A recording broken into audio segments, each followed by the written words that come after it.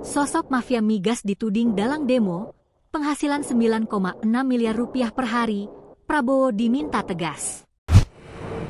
Nama Taipan Migas, Riza Khalid, kembali menjadi sorotan publik di tengah maraknya aksi unjuk rasa yang melanda sejumlah kota di Indonesia.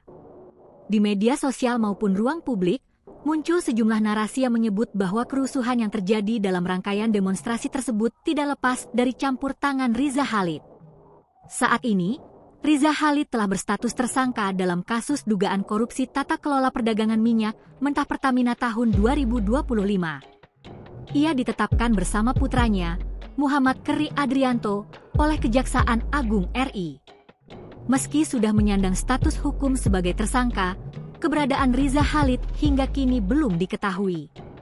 Pengusaha yang kerap dijuluki mafia migas itu bahkan telah masuk dalam daftar pencarian orang, DPO, aparat penegak hukum.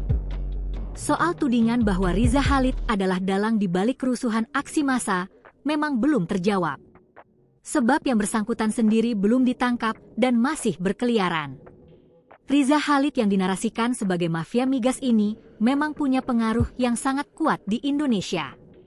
Terbukti, sejak ditetapkan sebagai tersangka, tak satupun aparat penegak hukum di Indonesia ini yang mampu menangkap Taipan Migas tersebut. Jangankan untuk menangkap, mengusut keberadaannya saja pun negara hingga hari ini belum mampu. Di tengah kisruh demo yang kian meluas di berbagai wilayah Indonesia, dukungan untuk Prabowo Subianto agar segera menangkap Riza Khalid pun menguat. Banyak pihak yang menginginkan agar Riza Khalid diproses hukum. Beberapa menteri bahkan memberikan dukungan pada Prabowo Subianto untuk berani melawan mafia migas. Setidaknya ada 3 menteri yang ikut mengunggah foto berisi pesan dukungan untuk Prabowo. Mereka adalah Menteri Perlindungan Pekerja Migran Indonesia, P2Mi, Abdul Qadir Karding, Menteri Kelautan dan Perikanan Sakti Wahyu Trenggono, dan Menko Bidang Pangan Zulkifli Hasan, Zulhas.